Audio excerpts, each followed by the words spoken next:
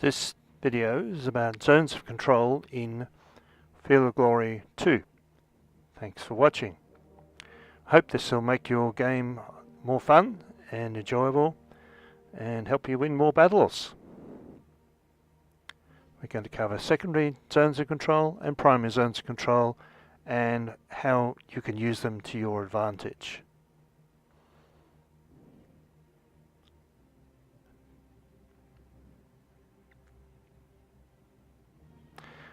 There are two types of zones of control. There's the primary, which is the one directly to the front of the unit, and two squares diagonally to the left and right front, which are its secondary ZOC. And the primary one is shown in red, and the secondary one is shown in yellow.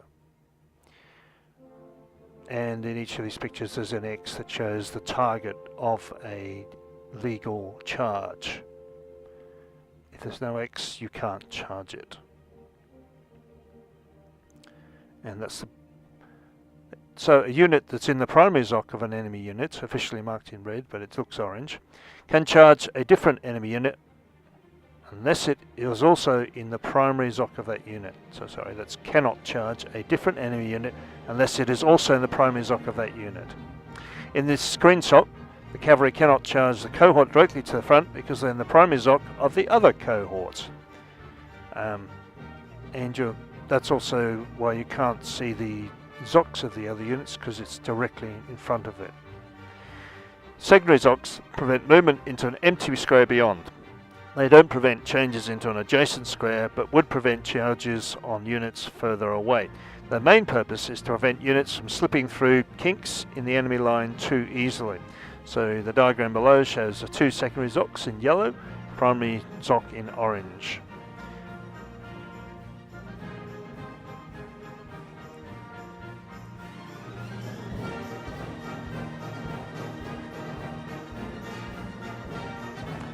So you see other types of colours as well. So in this picture a secondary ZOC is marked in yellow and the other squares are transparent or white. This indicates where the mass bow unit can move. If it moves into the yellow square, it has to stop moving this turn.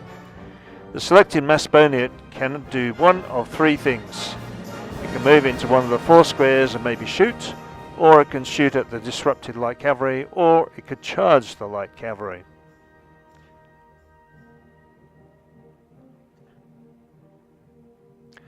And here's a more complex example. So here the light horse can move into any of the squares indicated, but must stop moving if it moves into a yellow or orange square. It can't charge across an orange square. As it is a light horse unit, it doesn't have a ZOC of its own when facing heavy foot. And it can charge, it's presently I think showing that it could shoot at some of them.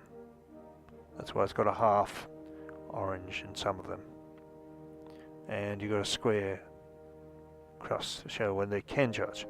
The two-part units both have primary ZOCs to their front in this example, and one has a secondary ZOC to its right.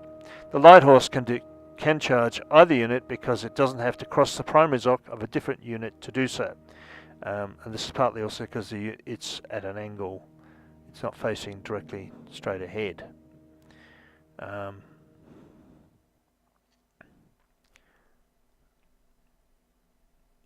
Once it moves into those orange ZOCs, so it can't move any further. So, using ZOCs to your advantage. ZOCs make it safer to deploy into battle formations such as these. The units that are stepped back can't be charged in the flank because of the primary ZOC of the unit behind them.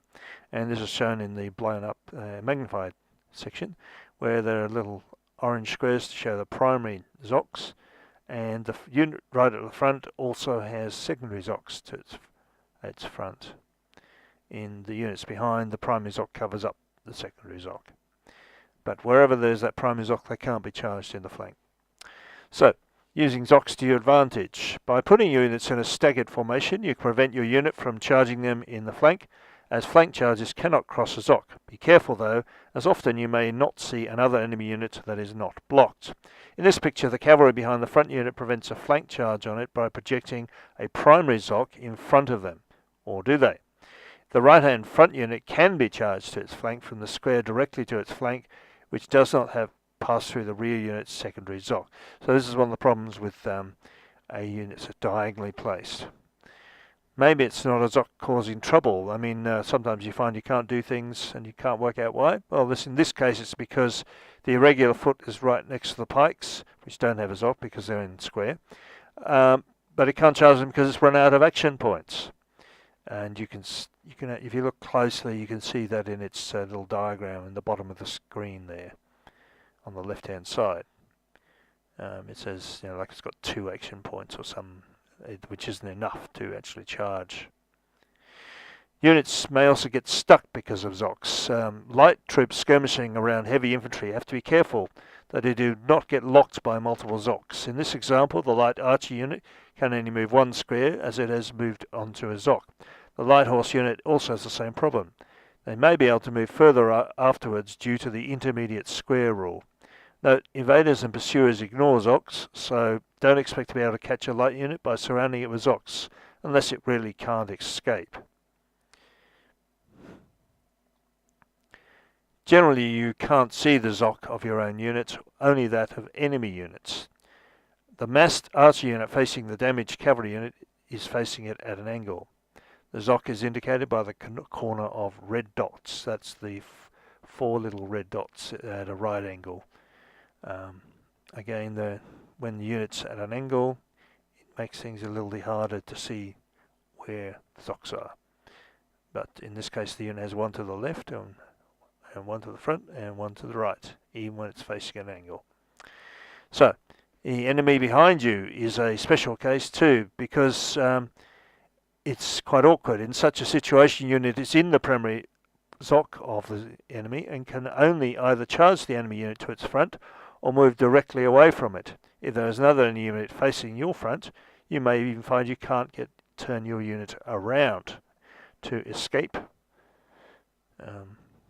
It can be quite difficult. In this picture you can see you've got units that have got ones in front of each other.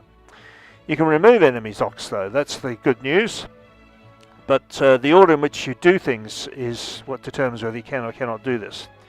By attacking an enemy unit, you can remove its ZOC because the unit that is in combat has no ZOC. In this example, the Javelin Light Horse A wants to charge the Bow Light Horse C, but can't do so due to the secondary ZOC to its front. It can only charge the Disrupted Light Horse unit D to its right front. So it can do the green arrow, but it can't do the red arrow. However, there is another light unit B that can charge D, the unit with the offending ZOC. So we get B to charge D first, and then we do the other charge, and it will succeed.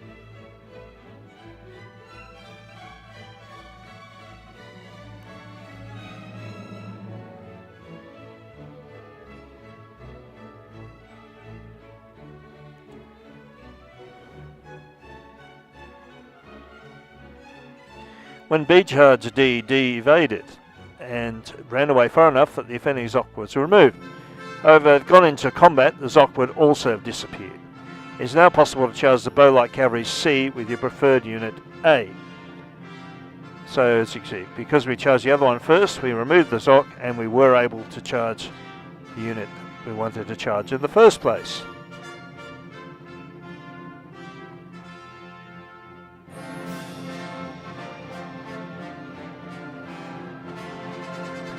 So what does the rulebook say? Well, the rulebook says that an enemy unit which is directly facing a square has a primary ZOC into that square.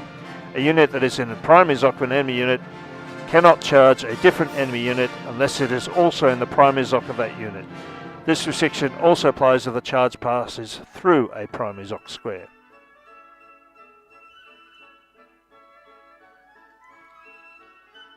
That's section 12 of the rulebook.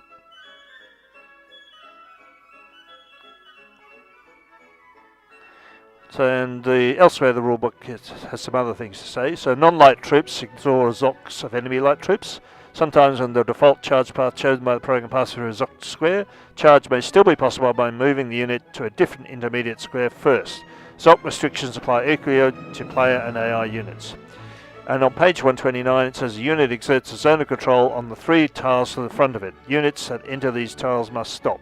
A unit engaged in close combat does not exert a zone of control anymore. and a phalanx in square formation also does not have a ZOC. So, here's a quiz for you. Where are the friendly ZOCs in this picture?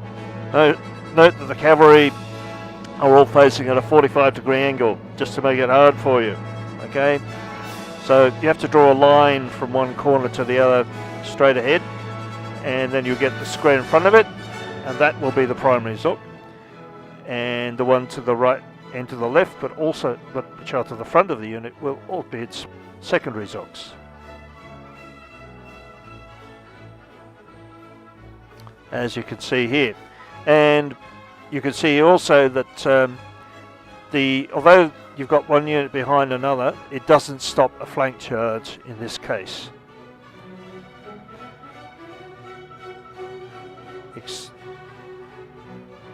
Because the corners are exposed.